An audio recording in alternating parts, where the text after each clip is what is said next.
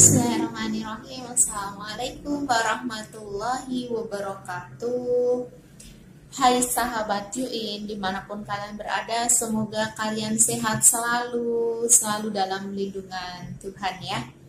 Oke, langsung saja nih ya, Yuin langsung buat video sesuai dengan request dari video Yuin yang terakhir ini. Untuk para orang tua dan bunda-bunda ya, gimana sih caranya kita membelajari anak di rumah gitu ya. Ini kan PR terbesar kita. Sebenarnya ini bukan PR sih ya, tapi kalau bagi Yuin ini adalah kesempatan emas kita untuk merasakan gimana sih caranya mendidik anak 24 jam bersama kita, yang kemarin kita subsidikan kepada lembaga, ya kan? Kita mau terima hasilnya saja, tapi sekarang kita ikut merasakan jerih payah usaha itu untuk menjadikan putra-putri kita sebagai putra-putri yang kita harapkan, seperti itu ya. Oke, di sini Yuin mau bagi-bagi tips nih ya untuk mempelajari anak di rumah itu gimana sih caranya biar nggak ada pertengkaran, terus biar nggak ada permusuhan. Wow, ternyata mamaku lebih galak ya daripada guru yang di sekolahan. Ternyata mamaku lebih nggak enak dan lain sebagainya, komen-komen seperti itu. Mari kita hapuskan. Oke, sekarang lanjut ke tips Yuin ya.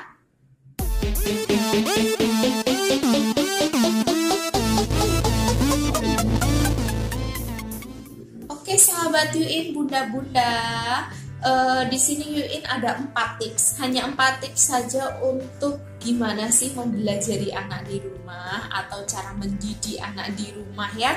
Yang pertama yaitu buatlah kesepakatan bersama.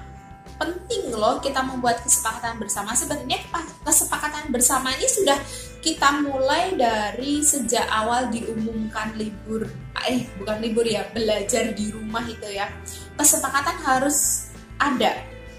Misalkan itu belum ada atau belum dilakukan, silakan segera buat kesepakatan antara orang tua dan anak. Di dalam kesepakatan itu sendiri, di situ menentukan mulai dari bangun tidur sampai mau tidur lagi, anak harus disiplin. Dengan apa? Dengan jadwal yang dibuat itu tadi, yang dibuat misalkan kesepakatan bersama, bangun tidur, rutinitasnya apa gitu ya, sampai jam belajar pun harus ditentukan. Karena kalau kita tidak menentukan jam belajar, anak tidak akan ada rasa tanggung jawab yang mereka tahu atau yang mereka terapkan di diri mereka. Ini adalah libur panjang yang mana ada tugas dari sekolahan yang aku bisa mengerjakan pun kapan aja gitu loh. Jadi di situ perlu kita menerapkan atau menyepakati bersama kapan, di jam berapa kita akan belajar, apa aja yang mau menjadi rutinitas kamu selama liburan ini atau selama belajar di rumah ini ya. Jadi penting sekali. Kalau belum itu terjadi atau belum itu dikerjakan, segeralah membuat kesepakatan bersama. Seperti itu ya bunda ya. Oke, setelah itu kita lanjut ke tips yang kedua. Bersamailah saat ia belajar. Jadi layaknya anak itu sekolah gitu loh.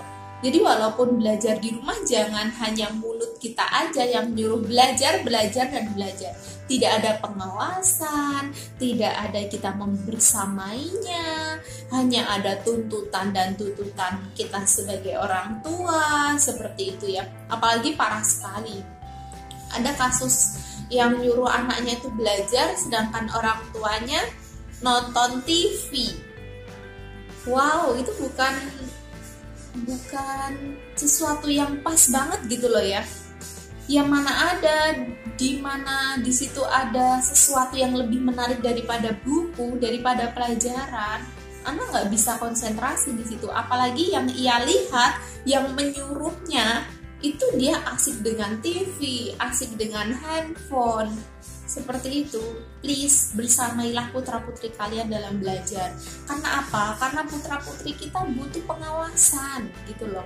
Entah itu ada yang ingin ditanyakan, entah itu ada yang tidak paham seperti itu ya, kita bantulah, kita membersamainya gitu loh. Oke ya, jadi tolong bersamainya dalam belajarnya gitu ya Bunda ya. Oke, setelah itu kita lanjut ke tips selanjutnya ya, yaitu tips yang ketiga, yaitu waktu yang efektif. Sebenarnya kita tidak perlu menuntutnya nih ya, kunci. Kita tidak perlu menuntutnya selama liburan ini dari pagi sampai pagi sesuai dengan lembaga. Ketika dia layaknya masuk sekolah, kita nyuruh dia belajar terus di situ bukan sesuatu yang efektif gitu loh. Jadi manakala kita tuntut ya untuk belajar, kita membersamainya ya kurang lebih 2-3 jam lah, itu waktu yang sangat efektif ya. Waktu yang sangat efektif di situ manakala ada tugas dari sekolahan ya dikerjakan saat itu, kita fokus membersamainya seperti itu. Terus lain waktu untuk apa dong? Ya untuk belajar hal-hal yang lain, misalkan membantu nih loh, membantu bersih-bersih rumah, anak dikasih tahu cara membersihkan rumah gimana, diajarin cara mencuci pakaian bagaimana, itu semua sebenarnya juga ilmu, juga pelajaran gitu loh.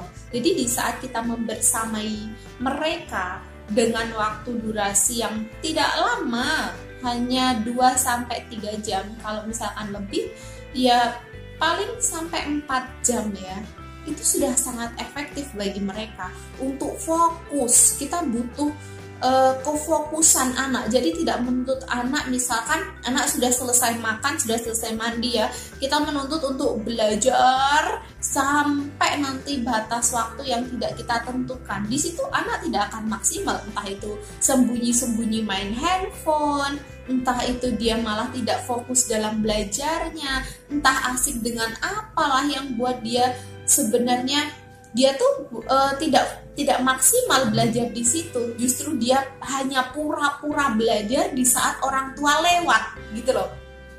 Jadi di saat orang tua lewat atau di saat orang tua mengontrol ya, di situ melihat mereka pura-pura baca serius aja, baca pelajaran serius, tapi sebenarnya itu tidak maksimal. Jadi bersamailah mereka dalam belajar yang dengan waktu yang sangat efektif itu tadi. Di situ anak bisa maksimal, anak bisa sepenuhnya fokus, dan di lain-lain waktu kita bisa memaksimalkan atau memanfaatkan ilmu dengan hal-hal yang positif lainnya seperti itu ya. Oke, yang terakhir nih ya, yang keempat, yaitu manfaatkan aktivitas yang ada di saat di rumah saja gitu. Jadi kita bisa nih di rumah, misalkan yang laki-laki ya ikut bantu bersih-bersih, itu nggak masalah. Yang perempuan ikut bantu masak, seperti itu. Ajak, libatkan anak. Jangan kok ketika liburan anak difasilitasi handphone, wifi, kemudian anak bisa larut dalam hal-hal yang tidak positif. Ketika disuruh belajar mereka sembunyi-sembunyi main handphone atau apa. Jadi di sini kita memaksimalkan waktu atau momen yang sangat berharga ini. Ini sebenarnya momen yang sangat berharga loh. Quality time bersama anak kita lebih maksimal gitu loh. Jadi kita bisa melakukan semua hal itu menjadi itu pembelajaran bagi mereka gitu. Misalkan mencuci motor, ini loh, mencuci motor tuh di sela-sela motor seperti ini, itu kita kasih tahu si anak. Kemudian di saat apapun, jadi kita menjadikan sebuah momen itu sebuah pembelajaran bagi mereka, dan di situ kita akan merasakan hal yang positif banget ya. Seperti itu teman-teman, bunda-bunda. Semoga putra-putri kita selalu dimudahkan dalam belajarnya ya, dan kita pun sebagai orang tua juga kita dimudahkan dalam mempelajari anak selama masa ini ya, masa di rumah saja. Jadi kita maksimalkan betul-betul. Oke, terima kasih, semoga bermanfaat. Dadah, wassalamualaikum.